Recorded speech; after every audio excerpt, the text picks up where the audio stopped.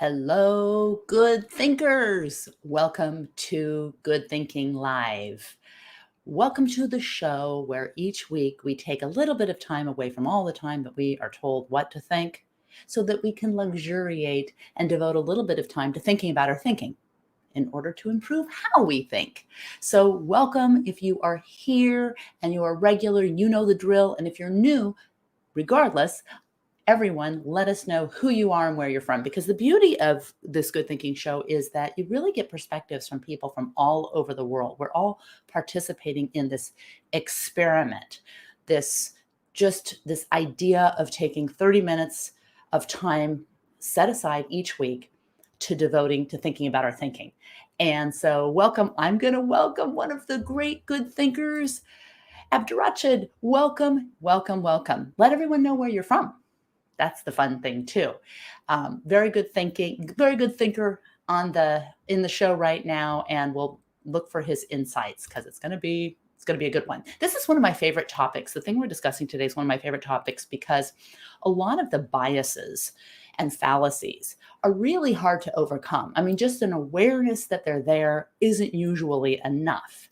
I mean, it's definitely a step in the right direction to understand what biases are out there, but it's usually not enough to overcome them. So this is one where I really think there's some actual tools and tips and tricks that we can use to kind of rethink, kind of reshuffle our thinking to overcome this particular bias. I'm going to say hi to Ray. There's an apparent widespread internet outages in Europe and the East Coast. Oh, interesting. Okay, so we may have less participation. Thanks for that information. That's good to know. It reminds me a few weeks ago when I went to go live and I thought my internet was down, but it turns out that the streaming service that we use it was kind of wrapped up in the whole Facebook outage. Welcome from India. Good, you're attending for the fourth time. So that means we have another regular good thinker on the show. And Stephen, greetings from, so Arvin, welcome from India. Stephen, welcome from the Rose City. Rose City, Portland, Oregon. Home of the Thorns and a lot of other trivia that Stephen contributes. Okay, so let us know who you are and where you're from. And here's the first question. Do you think that older buildings are better built than buildings today? Do you think that older buildings are better built than buildings of today? Just let us know in the chat. And I'm going to tell the very famous story that makes the case for this bias that we're talking about today. And then we're going to play with a bunch of different things, and then we're going to get to how to overcome it. So that's kind of the structure of today. Barkley, hi from Washington, D.C. Yay. Oh, and Michael, welcome from Toronto. Welcome back. So all regular good thinkers on the show. So this is great. So we've got at least some people who don't have the internet outage. We're so reliant on this, and I never know. We don't know what's happening in other places.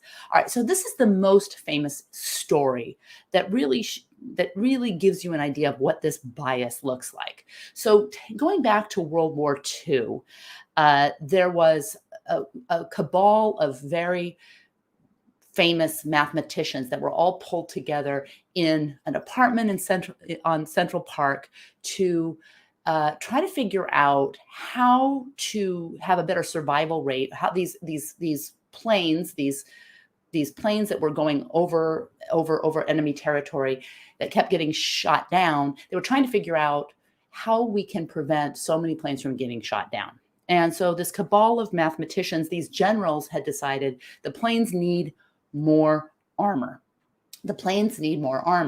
So they knew that they couldn't just put all sorts of armor all over the planes because then the planes would be too heavy to fly. So the mathematicians were brought to look at this situation and assess the planes that have come back and looked at the patterns of where the bullet holes were and assess where to add more armor. So that was their plan. So they looked and they saw that the bullet holes, the planes that came back had most of the bullet holes were in the wings, the tail gunner, and down the center part of the plane, the central body. So the idea that the generals had proposed was to reinforce those areas, the areas that had taken the most damage. Okay.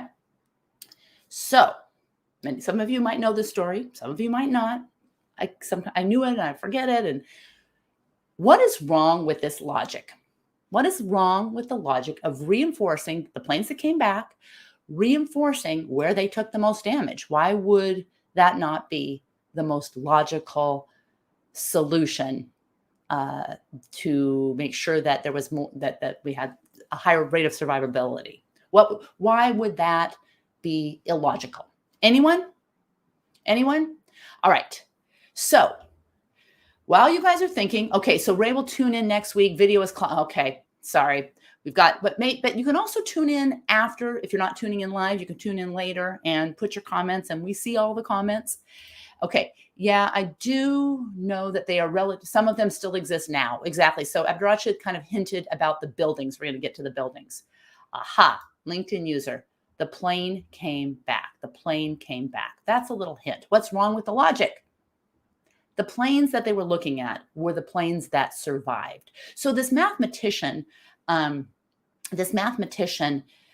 Wald realized, Abraham Wald realized that they had fallen prey, these brilliant military generals had fallen prey to survivorship bias because their analysis was missing a valuable part of the picture. The planes that were hit and didn't make it back. So Michael, again, these are the planes that survived. Survivor bias. Arvin hits it. Survivor bias. And that's what we're going to talk about today. And it shows up in all kinds of ways, and particularly shows up in elegant stories that are like candy to our brains. And so we're going to work on some ways to kind of know when we see it so that we can overcome it. But they were planning to put armor, these military generals were planning to put armor in the exact spots that had gotten hit, but the planes didn't come down. So they couldn't, ideally they would have been able to go and look at the planes and assess the planes that had been shot down. That wasn't possible. So what could they do instead? Anyone? They could look at the areas of the plane that weren't hit and reinforce those areas, because those are the areas that you could deduce that they had likely sustained damage in the planes that had been shot down.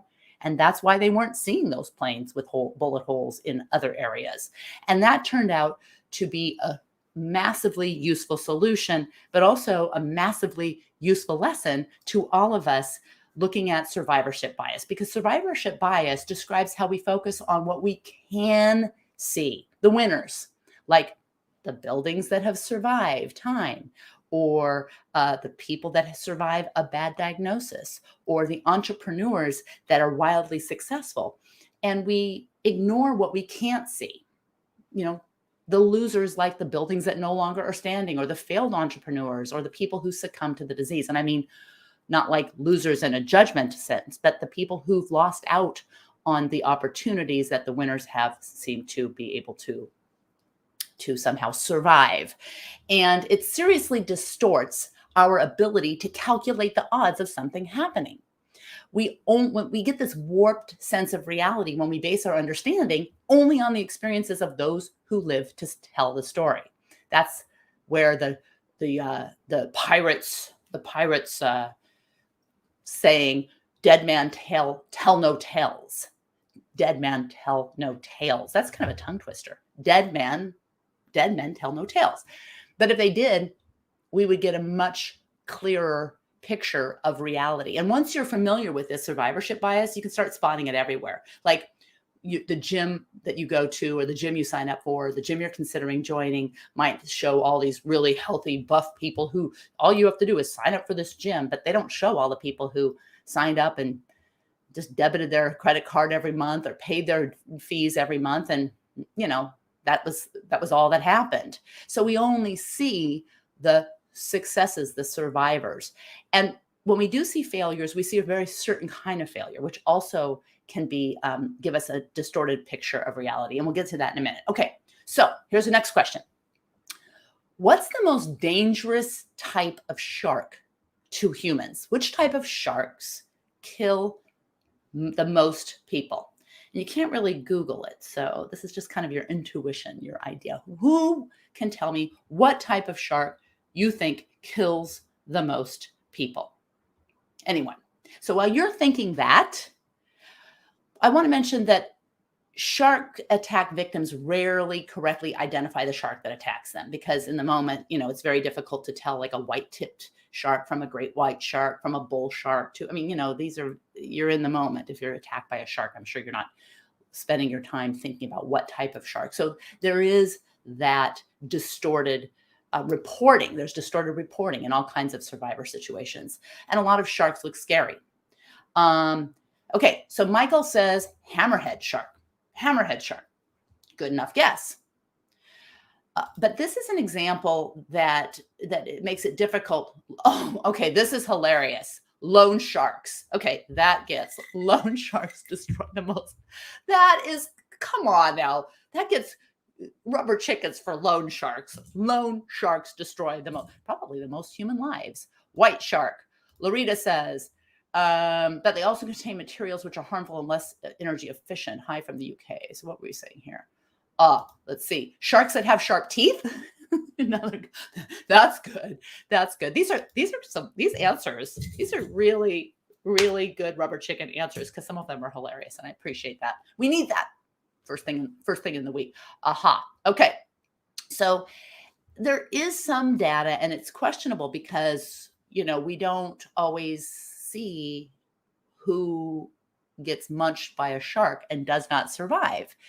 I mean, you can look and see if there's sharks in the area when there are reports of someone missing, and perhaps see what type of sharks are swarming in that area.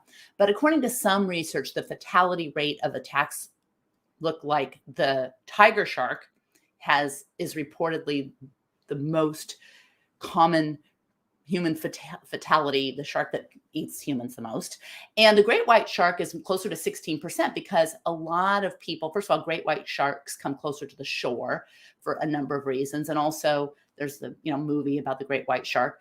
And people tend to survive great white shark attacks and live to tell the tale because of the way that they bite versus swallow. I don't know. But a lot of people think that the great white shark is the most dangerous in terms of human fatality because of survivorship. So you have to look at what information is missing, which may be the people who don't come back from a shark attack. So most people live to tell about their attacks from great white sharks. And so that's why we're more frightened of great white sharks than perhaps we should be. I mean, not that it's lovely to get munched by a great white shark and survive, but it's better than the alternative. And this has to do with the old pirate saying, dead men tell no tales. And so great whites make a lot of, make the headlines. They're very scary, and movies get made about them. All right. So Michael says it's like Comedy Central here today. I know, it's good. It's good. Bring it on. And this is in response to the building question. So Larita Johnson, so this is a response to the building question. Aha. Okay. And this is the problem with the stream, because sometimes the streams are delayed, and sometimes I don't even see the streams, or sometimes the streams are going too quickly. So we try to bring in as many comments as possible, but I missed your comment. It's not because I read it and decided not to. It's just that I probably didn't get to it. I missed it in the stream. All right. Survivorship causes us to miss important insights when we only look at survivors. So for example, in business, if our customers are requesting these features, we should add them to our product. So here's the deal.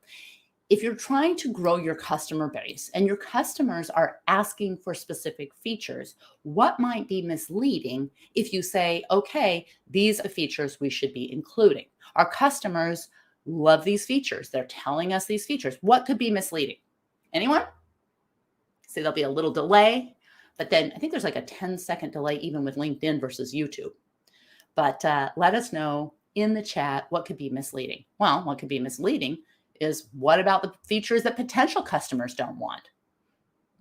How do you go find out the non-customers, what the non-customers want? Or you hear these are the 10 traits that successful people should have, or do have in common, rather, not should have. But usually when you hear the 10 successful traits that these successful people have in common, you think, oh, those are the traits I should have. Well, what about all the people who have those traits that are not deemed successful? Who writes books about them? Okay, so Michael says you could look at what they don't like. You could, but you are then still considering just the customers, not the non-customers. And the customers could be considered the survivors, in the sense that that's a data set that is unique and that they're already buying your products. So you could look at what they don't like, but you could look at the non-customers, the non-survivors. Okay, so here's one of the common things, and it's so interesting because there was this big thing. I think Peter Thiel said he was going to pay some, $100,000 to, anyone who would drop out of college and blah, blah, blah, because all of these successful people dropped out of college. So Steve Jobs dropped out of college. Bill Gates dropped out of college. Mark Zuckerberg dropped out of college. Oprah Winfrey dropped out of college. So what do you need to be successful? You need to drop out of college, right? That's the story. College gets in the way of success. You need to drop out of college. Well, what about all the people who dropped out of college that you never read about? Not to make any statement about the benefit or advantage or disadvantage of dropping out of college, but the statistics don't add up. If you just look at the survivors, the success, the winners, and don't look at the people who followed the same prescription, did the exact same thing, and maybe their outcomes were different.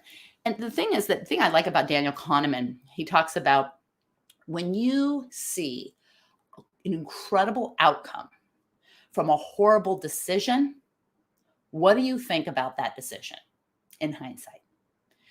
You think that was a horrible decision. And then you see this magical outcome, this amazing outcome, the survivor outcome. What do you think about the decision? How do you reframe that decision? Anyone? All right. So I wish I knew who this was, because it just says, this is how it looks to me, LinkedIn user. I don't know why sometimes it does this. Is bias because these are customers that take the time to ask? There are other customers that do not answer the questions. Yes. And that's a really good point. Rubber chicken worthy point, because, people who fill out the surveys tend to have a certain profile that people who don't take the time to turn out the surveys don't have. As a matter of fact, it kind of has to do with that squeaky wheel, because it turns out that a very small percentage of people ever complain about a product. They just stop buying it.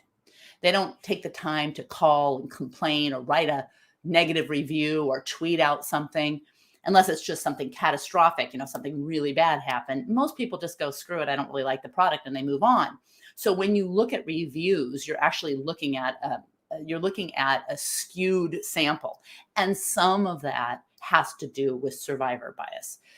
Not entirely, because there's a bunch of other biases in there, including when scientific publications publish just the most exciting result. The studies that survive, where they make an incredible story that we all understand, that's another form of survivorship bias. Because what about all the research and studies that had a hypothesis that was just disproven and didn't get published?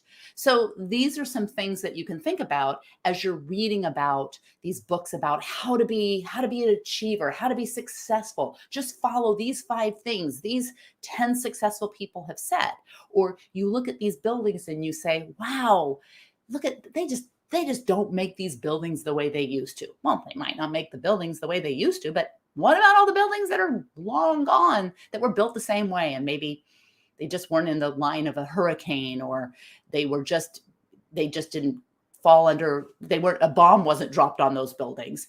It's easy to say, though, look at these buildings, these old buildings, these buildings survived. We don't make them well, we have to wait another 200, 300, 5,000 years to see what the buildings were built today, and how those buildings survive or not survive. So these are some things where we can get wrapped up into these stories, these prescriptive stories for success, including the survival rate for diseases. So what does it mean for a disease? There's a tough one. This is hard sometimes for me to wrap my brain around. What does it mean for a disease to have an 80% survival rate? Anyone? And I'll say hi too. Okay, so Arvin says one may think it's because he or she is lucky. Luck is an interesting thing, because a lot of people don't. I think that's a really good point, by the way. A lot of people don't want to consider luck. They might be more willing to consider randomness, just because of the label. Luck seems like it's so like there's a moral judgment to it, but randomness is a massive, massive factor. And it's very difficult for us to get our brains to step away from correlation and causation. That correlation is not causation, and just understand that so much of what happens is random. And then you think, well, then why should I even try? Stay tuned. There are some things you can do. And we're going to get into that in just a minute. In terms of the survival rate of people, who get a diagnosis, you might think, well, people who just have hope or just have a positive attitude are the ones that are more likely to survive. But that's kind of weird, because what about all the people who had hope and had a positive attitude and didn't survive? How do you measure the attitude of the person who had the same cancer diagnosis and overcame it? So you measure that, you say, wow, you really had a positive attitude, especially now. How do you measure that against the positive attitude of the person who just kept getting worse and worse and worse until they died? How do you know you don't just have a survivorship bias on the ways to overcome cancer or the ways to overcome this disease? It's just a positive attitude. Survivorship bias. It makes a lovely story. It makes you feel like you have agency. A little judgmental, maybe, but judging in the wrong direction, because you have survivorship bias. You only see those that survive. And even people who get a diagnosis and die right away don't get counted in necessarily the 5-year rate of survival or the 10-year rate of survival. And then you have to look at all the other things that these people have. Maybe they have youth. Maybe they don't have co-infections. Maybe they're fit. Maybe they have a lucky roll of the genetic dice. Maybe they're in a different part of the country where the barometric pressure is more conducive to. There's all kinds of, we call them at Applied Curiosity, we call these variations in our mental processes, VOMPs, variations in our mental processes. But those are all affected by variations in our physical processes. They're systemic. And so all of these things we can't necessarily see. And if we only look at the survivors, we get a misguided, misleading picture. Okay. So how many of you have been involved in a product or service that got a bad review or complaint? Maybe you wrote a book, got a bad review. Maybe you work in, an industry where you've had customers complain about your product, or maybe you're a coach and you had someone complain about your, or a positive. So they said, you're great. I love this about you. How many of you have been the recipient, either through yourself or through your organization, of a bad review or complaint? Maybe you had a bad review at work. You had a boss that gave you a bad review. Maybe you gave a bad review yourself. Anyone? Let me know about bad reviews, because when our negativity bias can amplify this. So we might think, especially if we get a bad review ourselves, we might think, this is I'm doing everything wrong. Of course, you should take some of the lessons from these reviews, but you also have to understand that there are all kinds of things at play, including survivorship bias. Now, why would survivorship bias have anything to do with that? I'll let you guys think about that. Anyone know how survivorship bias could affect how you think about a review? Okay, I love this. So we've all had it.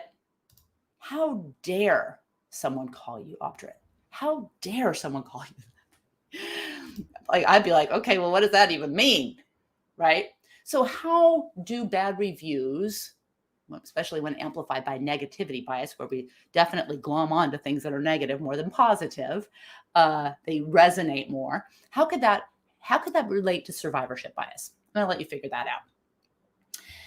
And you think about things like which cars last longer, those made 50 years ago or new cars. Well, you see all sorts of new cars. You don't know if they're going to last. You don't have a projection into the future of what percentage of these cars made today relative to cars that were made before. We just see the cars that exist. We don't see all the clunkers that are long gone by the junkyard. So all of these things have to alert us, whether we know it or not, have to alert us that survivorship bias is at play. So what do? Well, here's what you can do to avoid survivorship bias. And this is really to avoid survivorship bias from leading you astray in your decision making. One, ask who didn't make it. What did the failed companies do? The ones that didn't get funding, didn't have a successful product launch, didn't get the stories written about them. And how do you find those? What you find when you look up these failed stories are magnificent, massive failures that you can then use as a prescription for kind of the survivorship of what failed. It's kind of a reverse survivorship.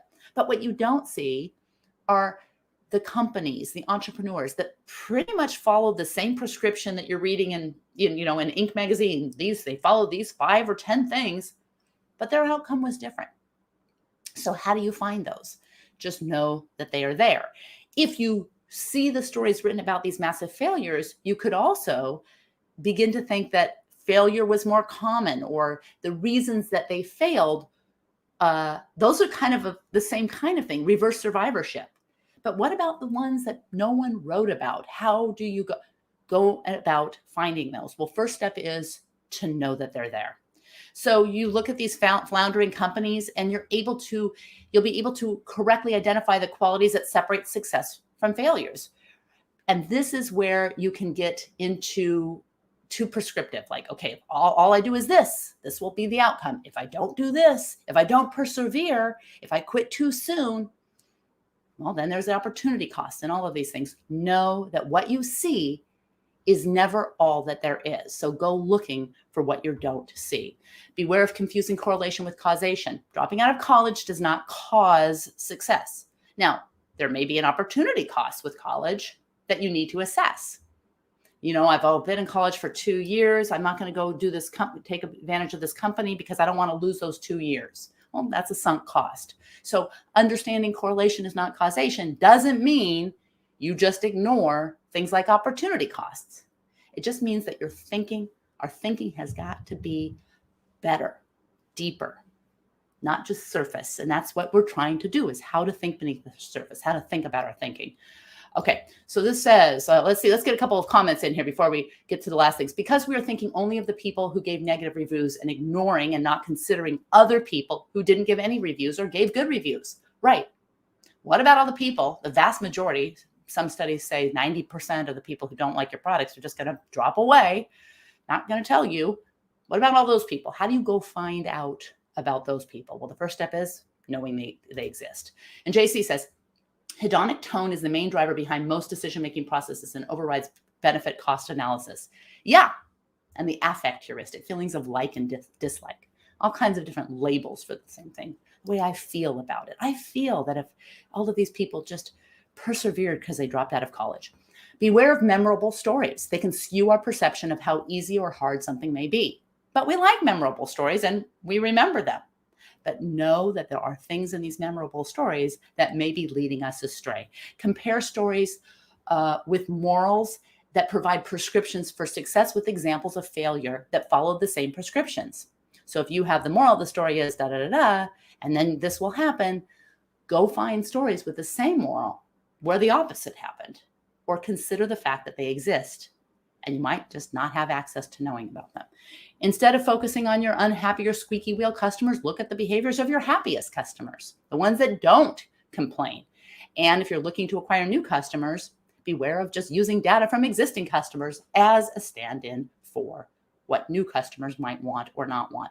Base rates. This has to do with base rates. Base rates indicate the probability based on the absence of other information. So if you want a whole good thinking on base rates, let me know. Base rates, yes or no? Base rates are great. Gets a little bit mathematical, but try to keep it so that we don't have to be cranking our brains away on Monday too much. All right, let's see. It says, no matter what you can do, but in fact, you need to study failure before starting in order to get success. Absolutely. And there's another thing, and this is we'll kind of wrap it up, which is the last thing is perhaps successful people simply continue to move forward while remaining open to both disconfirming and confirming evidence. So even if this means abandoning their initial ideas, so you may think, okay, you've got to look at what caused failure, which is absolutely true. Or what is the most likely outcome based on looking outside at all of these cases. Like if you look around at restaurants, you say, God, look at all these successful restaurants. I should start a restaurant. Yeah, but you didn't see and didn't probably even go to half the restaurants or most of the restaurants that opened and shut without even people writing about them. So you have to look at base rates to know what the likely probability of these things. But if you look at really what creates success, it may simply be people moving forward who are more open to new evidence that confirms or disconfirms their beliefs. It's not prescriptive necessarily, but new evidence even allows them to abandon their plans, and then they adjust as they go.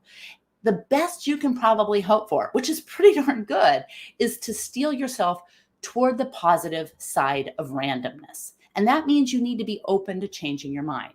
So what's success? Anyone want to take a stab at what is success? And as we finish today, you can put it in the chat after the live feed because we've got a delay. We'll try to we don't always get to all the comments after. We're going to try as much as possible so that the conversation continues, a day, a month, a week, a year after this. These are still things that are not going away. These are evergreen concepts. So what is success? Maybe success is as simple as avoiding catastrophic failure while absorbing manageable damage. Maybe that's it. Anyway, thinking about the planes, that's what made me think. Maybe that's a good definition of success. And Arvin says, be like water, Bruce Lee. We'll leave it at that. What a great way to end. I hope you have a great week. Tune in each week, Monday, LinkedIn Live, 9 a.m. Pacific time in the U.S., 4 p.m. Greenwich Mean Time, and on YouTube. You could subscribe and hit that bell. Becky Saltzman, live conversation there. Again, see you next week.